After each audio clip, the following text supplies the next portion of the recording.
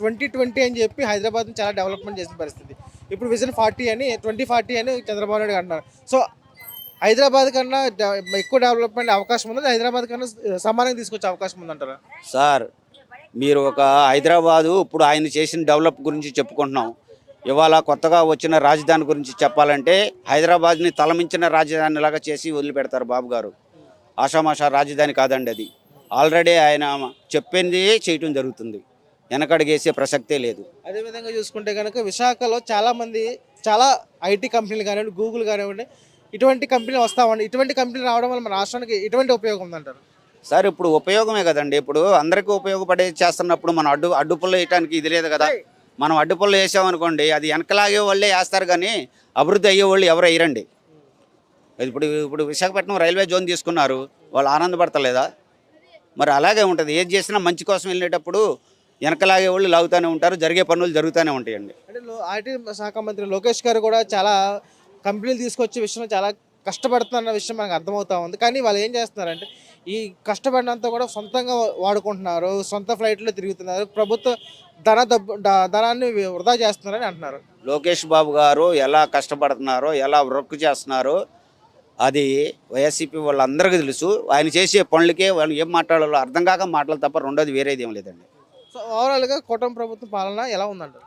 కూటమి ప్రభుత్వం పాలన నేను చెప్పుకోవడం కాదండి, వాళ్ళని చెప్పమానండి.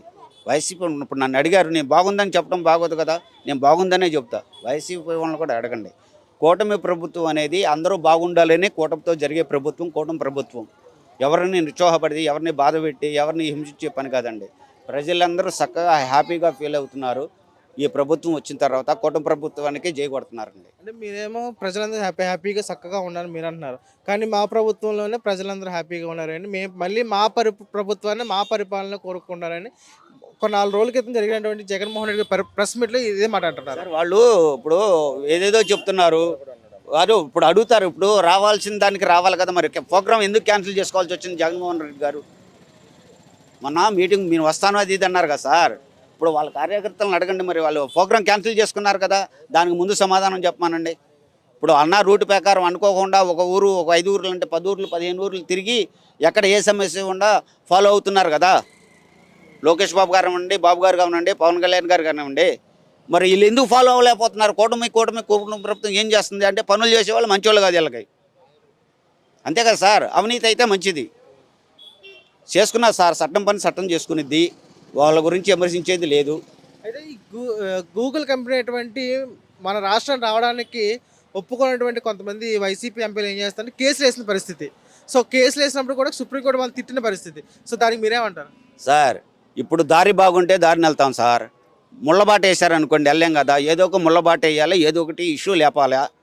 ఏమీ లేని దానికి ఇష్యూ లేపుతారు, అంతకు మించి ఏం లేదండి. ఎందుకంటే ప్రతి దానికి కూడా కూటమి ప్రభుత్వం చేసే ప్రతి అభివృద్ధి కూడా వాళ్ళు ఎందుకు ఇలాగా మాట్లాడుతూ ఉన్నారు, కానీ ఎందుకు కూటమి ప్రభుత్వ నాయకులు కానివ్వండి, అధికారులు కానివ్వండి, ఎందుకు వాళ్ళ మీద చర్య తీసుకెళ్ళిపోతున్నారు? ఇప్పుడు విమర్శించే ముందు మన విమర్శ ఏంటో ఆలోచించుకొని మాట్లాడాలండి. ఇప్పుడు మీరు ఇన్ని ప్రశ్నలు అడిగారు, నేను వాళ్ళ గురించి చెప్తున్నాను, మంచి ఉంది చెడు ఉందని ఈ ప్రభుత్వం గురించి చెబుతున్నా. ఇప్పుడు కళ్ళు అంతా పచ్చకమరిలాగా మాట్లాడితే ఎవరేం చేయలేరండి. కూటమి ప్రభుత్వం యాజ్ ఏ గుడ్ ప్రభుత్వం.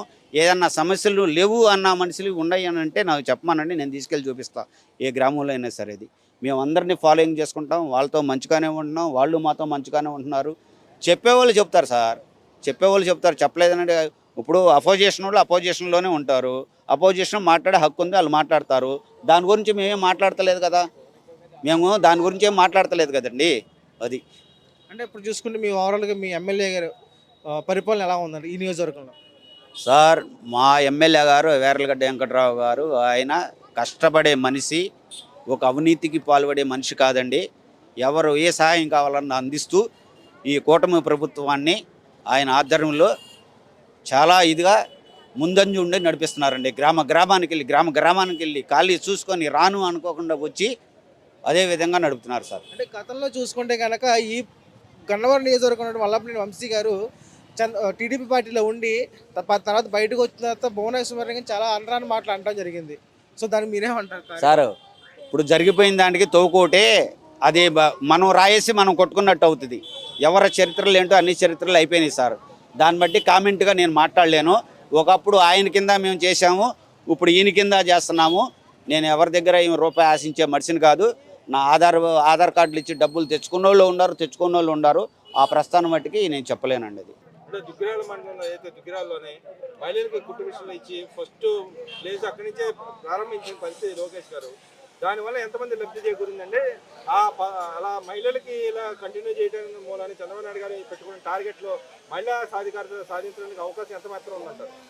ఇది మాటల ప్రభుత్వం కాదు, చేత ప్రభుత్వం అనేసి మన నానా లోకేష్ గారు నిరూపిస్తున్నారా అంటారా? ఆయన ఎలక్ట్ అయిన దగ్గర, ఎలక్షన్ ముందు నుంచే చేశారు. ఎలక్ట్ అయిన దగ్గర నుంచి కూడా మరి స్త్రీ శక్తి పథకం ద్వారా గ్రామంలో ఎవరైతే నేర్చుకుంటారో కుట్టు మిషన్లో వాళ్ళందరికీ నేర్చుకుని ఆర్థికంగా నిలబడేందుకు వారి కాళ్ళ మీద వాళ్ళు సహాయం చేస్తూ వారు ఉచితంగా కుట్టు మిషన్లు కూడా వేల మందికి ప్రతి నెల ఒక బ్యాచ్ తయారవుతూ ఉంది. మండలాల్లోనూ దుగ్గరాల మండలం కానివ్వండి, తాడేపల్లి కానివ్వండి, రూరల్ కానివ్వండి, టౌన్ కానివ్వండి, అలాగే మంగళగిరి రూరల్ టౌన్ కానీ ఎంతోమంది ఇవాళ చూసుకుంటే వేల మంది వాళ్ళ మహిళా శక్తి స్త్రీ శక్తి ద్వారా కుటుంబ మిషన్లు అందుకున్న ఘనత, ఇచ్చినటువంటి ఘనత కూడా నారాలో సొంత నిధులతో ఇచ్చినటువంటి ఘనత కూడా ఇలాంటి నాయకుడు ఇంతకుముందు ఎవరు కూడా ఇలా చేయలేదు. ఒక్కసారి పెట్టారు, 2 సార్లు ఇచ్చున్నారు, కానీ కంటిన్యూస్గా చేస్తున్న ఘనత ఎవరిది అంటే మా నాయకుడు నారా లోకేష్. చంద్రబాబు నాయుడు గారు టార్గెట్ పెట్టారు, అయితే మహిళా సాధికారత ద్వారా ఎంటర్ప్రైనర్ గా మారుస్తారని చెప్పి అన్నారు. ఆ విధంగా ఎలా జరుగుతుందంటారు? మహిళల పట్ల ఏ విధంగా అలా తప్పనిసరిగా ఒకసారి ఎప్పుడైనా సరే అండి, ఒకటి చేజారిన తర్వాత వెనక్కి తీసుకురావడానికి డబల్ కష్టపడాలి, రెట్టింపు శక్తి చేయాలి. అలాంటిది ఒకసారి లాస్ట్ 5 years వెనక్కి వెళ్ళిపోయింది. దాన్ని కలుపుకొని ముందుకు సాగే పరిస్థితుల్లో ముందుకు వెళ్తా ఉన్నారు. మనం రాజకీయంగా ఆలోచించకుండాను అభివృద్ధి పరంగా ఆలోచించి గత ఈ ప్రభుత్వం, ప్రతిపక్షంలో ప్రభుత్వం అయితేనేమి ఎవరైతే సహకారం అందిస్తూ మనం సద్విమర్శలు చేస్తూ ముందుకు తీసుకెళ్ళాలి. తప్పనిసరిగా చంద్రబాబు నాయుడు గారు విజనరీతో ఉంటారు. ఆయన విజన్ ఆలోచించేటప్పటికి మనకి ఎవరికి అర్థం కాదు. చాలా బాగా డెవలప్మెంట్ చేస్తూ ఉన్నారు, ఇక ముందు చేస్తారు కూడా. అదే జగన్మోహన్ రెడ్డి గారు ప్రతిపక్ష నాయకుడిగా, ప్రతిపక్ష పార్టీగా ఈ పార్టీకి ఏమైనా లోటుబాట్లు ఉంటే చెప్పడానికి కానీ ఏమైనా చేస్తారా, లేకపోతే విమర్శల వరకే ఆయన ఉండిపోయాడు అంటారా? అసలు ఎప్పుడు ఎక్కడ చేశారని నేను అడుగుతా ఉన్నాను. అసలు విమర్శలైనా సరే ఎక్కడ అందుబాటులో ఉండి మీరు ఇది చేస్తున్నారు, ఇది చేయట్లే అడిగిన ఘనత ఎక్కడుంది? ఏ రోజు కూడా మీరు ప్రెస్ మీట్ పెట్టి మీరు అసెంబ్లీకి వచ్చిన కానీ లేదే, అసెంబ్లీకి వచ్చిందే లేదు. మీరు వచ్చి అసలు ప్రజా సమస్యలు మీరు అసెంబ్లీలో నిలదీయండి, మీకు అధికారం ఇచ్చారు, మీ పులివెందుల్లో మీరు ఎమ్మెల్యేగా ఉన్నారు, తప్పనిసరి అసెంబ్లీకి వచ్చి నిలదీయండి. మీరు ఎందుకు చేయలేకపోతున్నారు ఆ పని? మీకు పదవికాంక్ష ఉండబట్టే కదా ప్రతిపక్ష హోదా కావాలని చెప్పి మీరు రావడం లేదు. ప్రజల కోసం చేసేవారైతే రండి, ప్రజల్లోకి రండి. మీరు రాలేదు, మీ నాయకులు ఎవరు వస్తున్నారు, మీ ఎమ్మెల్యేస్, మిగతా ఎమ్మెల్యేస్ కూడా రావడం లేదు కదా. రండి, వచ్చి మీరు పోరాడండి. మీ వైపు మా వైపు నుంచి తప్పుంటే చెప్పండి, సరిదిద్దుకుంటాం, సద్విమర్శలు చేయమని చెప్పి లేదనే చెప్పాలి. ఆ విధంగా సద్విమర్శలు చేస్తూ ముందుకెళ్ళడం లేదు. ఎంతసేపటికి కూడా ఎలా బ్లంట్గా వారి మీద గుడ్డగాల్చి అలాంటి పనులు చేస్తున్నారని అంటాను. మీరు చెప్తున్న విధంగానే ఒక పక్క మహిళల్లో లేడు, ఆయన జనాల్లో లేడు, ఇంకో పక్కన ఎక్కడ తిరుగుతుంది లేదు. ఎలా వస్తాడని ఆయన పదే పదే చెబుతున్నాడు అంటారు. నిజంగానే ఈ గవర్నమెంట్ ఫెయిల్యూర్ అనేది ఎలా పదే పదే చేస్తున్నాడు? లాస్ట్ టైమే చెప్పాడండి, మొత్తం నాదే వైనాట్ 175 అని చెప్పినటువంటి పరిస్థితి మనం చూసాం. వైనాట్ 175 నుంచి 11కి పడిపోయినట్టు పరిస్థితి. అలాగే ఈసారి కూడా ఇంకొక మాట వేస్తూ ఉన్నారు, మొత్తం మాకే మాకే మాకే. రాబోయే రోజుల్లో తప్పకుండా చూస్తారు. మహిళలు కానివ్వండి, జనాలు అందరూ కానివ్వండి, దివ్యాంగులు కానీ ఎవరైనా సరే తప్పనిసరిగా రాబోయే రోజుల్లో కూటమి ప్రభుత్వం వెంటే ఉన్నారు, ఉంటారు. రాబోయే అధికారం కూడాను మళ్ళీ కూటమి ప్రభుత్వాన్ని తెలియజేస్తారు. అంటే గతంలో కూడా అలా చెల్లెలు కూడా మాట్లాడింది, పాదయాత్ర చేసినప్పుడు మా అన్నకి ఓటేయండి, ఒక్క కొడుకే మా అన్నను గెలిపిండి అని చెప్పి తిరిగింది. ఇప్పుడు ఆమె అంటా ఉంది, మోడీ గారి కాళ్ళ దగ్గర పడి ఉన్నాడు తప్పితే ఏ విషయంలో మాట్లాడలేదు, నేను మాట్లాడేది కూడా ఆయన మాట్లాడకపోతున్నాడు, కనీసం ప్రజల సమస్య పట్టించుకోవట్లేదని వ్యాఖ్య చేస్తుంది. దాన్ని ఎలా చూడొచ్చుంటారు? అవునండి, ఒక్క నిమిషం ఆలోచించేయండి. కుటుంబంలోనే సర్దిద్దుకోలేనాడు వచ్చేసి మన రాష్ట్రాన్ని ఏం సర్దిద్దగండు? ఒకే ఒక చిన్న ఉదాహరణ, కూటమిలో నీ కోసం పోరాడినటువంటి, నీ కోసం నిలబడినటువంటి నీ చెల్లిని తల్లిని నిలబెట్టుకోలేనటువంటి నువ్వు ఈరోజు రాష్ట్రాన్ని సరిదిద్దుతానంటాం, రాష్ట్రాన్ని ప్రభుత్వ పదవి నడుపుతాను, ఎంతవరకు సమంజసం అని నేను అడుగుతా ఉన్నా. ఇది హాస్యాస్పదంగా ఉందని చెప్తా ఉన్నా. అదేవిధంగా వాళ్ళ అమ్మ కూడా ఇవాళ కేసు వేసిన పరిస్థితి, ఆయన మీద ఏదైతే సరస్వతి పవర్లో నాకు వాటా రావాలని చెప్పి ఆమె కూడా కేసు వేసిన పరిస్థితి. గతంలో వాళ్ళ మీద ఈయన కేసు వేసిన పరిస్థితి. ఎలా చూడొచ్చు అంటారు? నిజంగానే ఆయన తల్లి మీద ఎందుకని వివక్ష, ఓ పక్క ప్రజల మీద ఎందుకు వివక్ష అంటారు? అదే చెప్తా ఉన్నాగా, ప్రజలందరూ గమనిస్తానే ఉన్నారు. ప్రతి ఒక్క ప్రజానికి వాళ్ళు ఎవరు అంత అమాయకంగా లేరు. మహిళలైనా ప్రజలందరూ కూడాను తప్పనిసరిగా మీరు చేసే కార్యక్రమాలన్నింటినీ మీరు ఎలాంటి ఇబ్బందులు పెట్టారు, తల్లిని చెల్లిని వారి మీద ఏ విధంగా కేసులు వేస్తారు అనేది కూడా ప్రజలందరూ గమనిస్తూనే ఉన్నారు. కాబట్టి మీరు మీ విజ్ఞతకే వదిలేస్తున్నాం ఏం చేయాలి, ఎలా ఉన్నారు. ఆయన కనుక పాదయాత్ర చేస్తే మహిళలు కానీ, రైతులు కానీ, దివ్యాంగులు కానీ, వేరే వేరే వర్గాలు కానీ ఆయన కనుక ఉంటారని అనుకుంటున్నారా, లేదా అసలు ఆయన ఎవరికి ఏం చేయలేదు కాబట్టి అంటే ఉంటారు అనేది ఎంతవరకు అంటే వాళ్ళ ఫాలోవర్స్ ఏదో కొద్దిమంది ఉంటారు, ఉండరని పూర్తిగా చెప్పలేము. ఇది అతి పెద్ద ప్రజాస్వామ్య దేశం మన భారతదేశం. భారతదేశంలో మన ఆంధ్ర రాష్ట్రంలో ఇంకా బాగా ప్రజాస్వామ్యంలో ముందున్నాం. ఇలాంటి పరిస్థితుల్లో ఎవరు లేరు అనేది వెళ్ళొద్దు అని చెప్పడానికి మనకు లేదు. అయితే ఉంటారు కానీ మైనార్టీగా ఉంటారనేది మాత్రం చెప్తా ఉన్నాం. గెలిచే అవకాశాలు ఇట్టే పరిస్థితుల్లో లేవండి. మీ నియోజకవర్గం ఎమ్మెల్యే లోకేష్ గారు పనితీరు ఎలా ఉందండి? మాకు లోకేష్ గారు రావటం మా అదృష్టంగా మేము భావిస్తున్నాం. అంటే ఏ విధంగా అండి ఆయన వచ్చిన తర్వాత మీ నియోజకవర్గంలో ఏం మార్పులు జరిగినాయండి? మా నియోజకవర్గానికి లోకేష్ గారు ఒక తమ్ముడుగా, ఒక అన్నగా, ఒక కొడుకుగా మాకు దగ్గరుండి మా జనాల్లో ప్రతి నిమిషం ప్రతి క్షణానికి కూడా ఎవరికి ఏ బాధ వచ్చినా సరే, ఎవరింట్లో ఏదైనా చనిపోయారన్నా, యాక్సిడెంట్ అయిందన్నా ఆయన ఇంటికి వచ్చి పరామర్శించి ఆయన సహాయం చేసి ఆదుకుంటున్నారు ఒక కొడుకుగా, తమ్ముడుగా. మరి లోకేష్ గారు ధ్యానంలో ఉంటున్నారమ్మా, లేకపోతే ఆయన విదేశాల్లో తిరుగుతున్నాడు, లేకపోతే పని ఏం చేయకుండా కూర్చుంటున్నాడు అని చెప్పి మాట్లాడుతూ ఉన్నాడు, కానీ నిజంగానే ఆయన పని చేయకుండా కూర్చున్నాడు లేకపోతే తిరుగుతూ ఉన్నారా? లోకేష్ జననాయకుడండి. విదేశాలకు వెళ్ళేది దేనికోసం వెళ్తున్నాడండి? విదేశాలకు వెళ్ళి అక్కడి నుంచి కంపెనీలు తీసుకొస్తే నిరుద్యోగులకు ఉద్యోగాలకు అవకాశం కోసం కూడా చూస్తున్నారు.